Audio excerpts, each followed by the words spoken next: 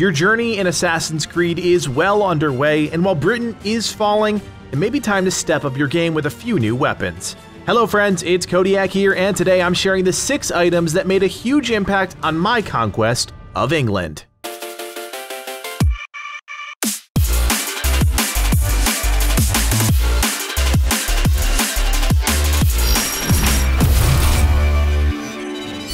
By now, you're probably aware that items in Valhalla can be upgraded throughout your adventures. This means that you shouldn't dismiss weapons you get early on, because once upgraded, they could prove to be some of the most valuable in the game. Now, the first weapon I want to talk about is the Housecarl's axe, a one-handed bearded axe with a powerful perk. You'll find that each of the items we talk about today boil down to 2 things: perks and rune synergy. But before we get there, we have to talk about where to find each item. You get the Housecarl's axe very early on in your adventures. Once you reach England, head slightly southeast of Ravensthorpe to a small swampy village called Utbeck. There you'll find a number of hostiles, so dispatch them and find the elite enemy holding a key. Head into the main building, unlock the chest, and claim your first prize. The Housecarl axe is a perfect example of substance over style. Its unique perk increases your attack by 1.5, stacking up to 10 times for a total of 15 increased attack. When capped out, this puts it on the high end of the spectrum when it comes to DPS, but we're just getting started. If you really want to see this weapon perform, check out my preferred rune setup. For the sake of this video, we'll assume you have everything upgraded to mythical, but if you don't, that's fine. These things will happen over time. Now, my focus with this setup is twofold. My lesser runes give a flat damage increase, which further improves the DPS of the weapon, which, as we talked about, is already really good. The diamond rune, which ignites my weapon after critical hits, gives me even more flexibility in combat. Because of the relatively fast attack speed and decent crit rate of the weapon, this is going to proc quite often. The Housecarl axe won't turn a lot of heads, but if you're looking for a weapon that can take you into the endgame and consistently perform, look no further than this truly underappreciated weapon. This next item has to be one of my absolute favorites in the game. In fact, so much so that I spent most of my mid-game experience with this in hand. The Carolingian Pike is both deadly and graceful, and after dismissing spears for a better part of 20 hours, I couldn't believe how perfect this weapon was. To get the Carolingian Pike, you need to have an Amazon Prime account. You can make a trial one, borrow a friend's, beg your mom, do whatever you need to do, because this weapon is worth it. Once you have the account, you can claim the Carolingian bundle through Twitch Prime, and that's it. It's that simple.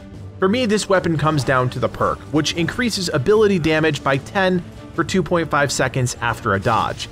To capitalize on this, you dodge and immediately follow that up with an ability. And in the late game, when you have 3 or 4 adrenaline bars, this is absolutely devastating. In my setup, I choose to focus on increasing my damage against elite enemies, and let there be no doubt, the Carolingian Pike already does incredibly well against the hardest enemies in the game. I just wanted to make it better. For runes, I like the Momentum Diamond rune, which increases heavy damage after each light hit, up to 6 times. I find that the spear heavy and light attack string together really well, which makes this an easy pick. If I can increase the damage of my heavy attacks, which I reserve for tougher targets, this plays right into my strategy for this weapon. For minor runes, it's all about increasing elite damage. The sooner I can get through them, the better, so stacking 2 of those runes is my go-to strategy. Like I said, this weapon has been a staple in my kit for a majority of the game. It's fast, deadly, and works to my strengths. I prefer to dodge and use my bow to hit weak points, and the Carolingian spear synergizes well with that playstyle. Using spears also comes in handy when taking on bosses like the legendary animals. Because of the extended reach, you can keep these targets at a distance, which, in my opinion, is a game changer. Next up, we need to talk about a shield, and while not technically a weapon, the folks at Ubisoft have made it perfectly clear that pretty much anything can kill someone if you try hard enough.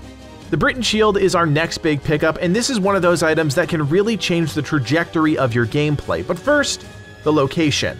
To find the Briton Shield, you need to head to London. During the Walls and Shadows quest, you'll be sent underground in the southeastern corner of the city.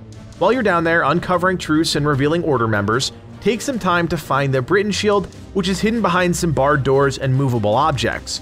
Root around long enough, claim your prize, and behold, one of the best defensive items in the game. The Briton Shield's perks restore health on parry. Do I need to say more? This is a big deal, and no matter how many hours into the game you are, this effect will continue to be good. Yes, rations are fine, but once you run dry, that's it. Having a surefire way to restore health without having to scamper around looking for mushrooms can turn the tide of a fight. To make things even better, you can stack this effect with the Diamond Rune that does the same thing, increasing that percentage of health recovered when you parry. In terms of minor runes, I choose to go for ability damage. If you're parrying attacks, you're also building up adrenaline. The two go hand in hand. So when I do decide to finally attack, I'm going to have that added ability damage, which can make all the difference. To be fair, I know a lot of people don't like using shields and find it to be a boring playstyle. But I also realize that there are a fair number of people out there that take these games slower and are more defensive, and if that's you, this item is a no-brainer. If you're looking for something with a bit more flash, I think Suttungr's Claw fits the bill. This Seeks has nearly everything: speed, power, stun, but with all dagger-esque weapons, you give up a lot of reach. To get Suttungr's Claw, you need to head to this area of Winchester and the Venta Belgarum Bureau, located underground. These underground bureaus are a mind-bender, so take your time, pull out a torch, and work through each puzzle. For this particular one, you'll spend some time underwater, which can throw people for a loop, and once you do eventually get to that central chamber, your prize will be waiting for you. What makes Suttungr's Claw so special is the incredible perk which increases critical damage after each hit up to 10 times. When maxed out, that's an additional 18.2 critical damage. For a weapon that's already touting a very high crit chance, this is something you can't pass up.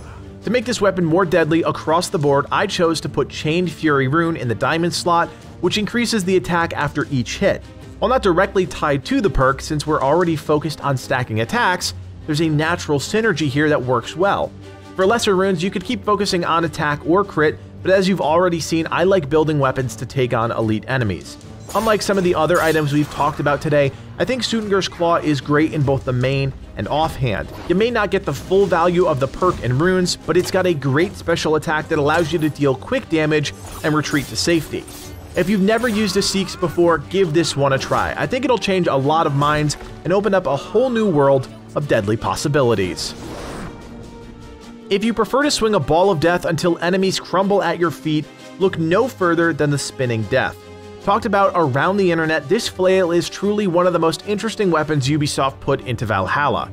To get Spinning Death, head up to Jorvik, one of my favorite cities in the game. Once you arrive, head to this building here with the open roof, clean out all the enemies inside, and head to the back. Just sitting there, waiting to be picked up, is the Spinning Death. Now, if you've never used flails before, be warned. There is a certain feel to them that I'll admit I haven't even come to fully grasp. They're incredible for locking enemies down, and once you get going, deal an insane amount of damage. Now, the real special sauce here is the perk. The Spinning Death has the added benefit of having a chance to drop a firebomb when using a heavy finisher, and this is great when in the middle of a fight. Firebombs set enemies ablaze, which obviously deals some great dot damage. There is a 40% chance to cause this effect and a 15-second cooldown, which means you can't string bombs together, but that hardly makes a difference. When it comes to this weapon, it's all about the crit, so stacking crit chance runes is the way that I choose to go.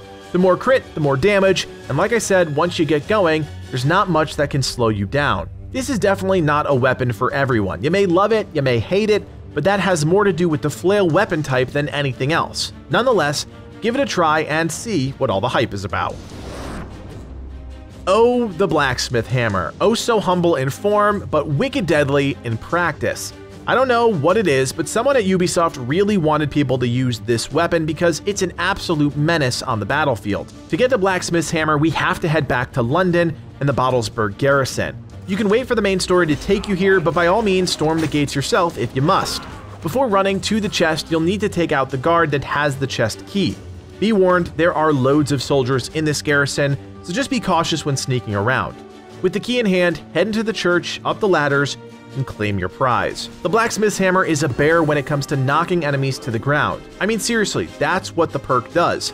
In combination with the bear skill Stomp, this weapon can single-handedly carry you through entire swaths of the game. While not the fastest weapon around, it more than makes up for its lack of speed with its attack, crit chance, and stun potential.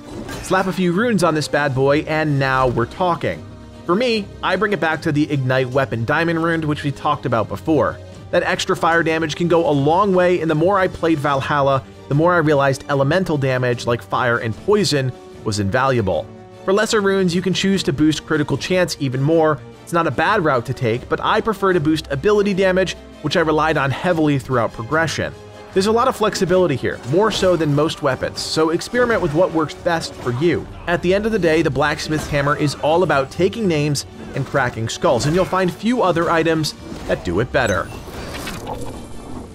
And there you have it, friends, the 6 game-changing items you need to pick up to make your conquest of England that much sweeter. If we didn't talk about your favorite weapon, let us know in the comment section below. I have every intention of talking about more weapons in the future, so share your thoughts, and who knows, maybe your suggestion will make it into a future video. My name is Codiak, and from everyone here at Legacy Gaming, thanks for watching, and play on.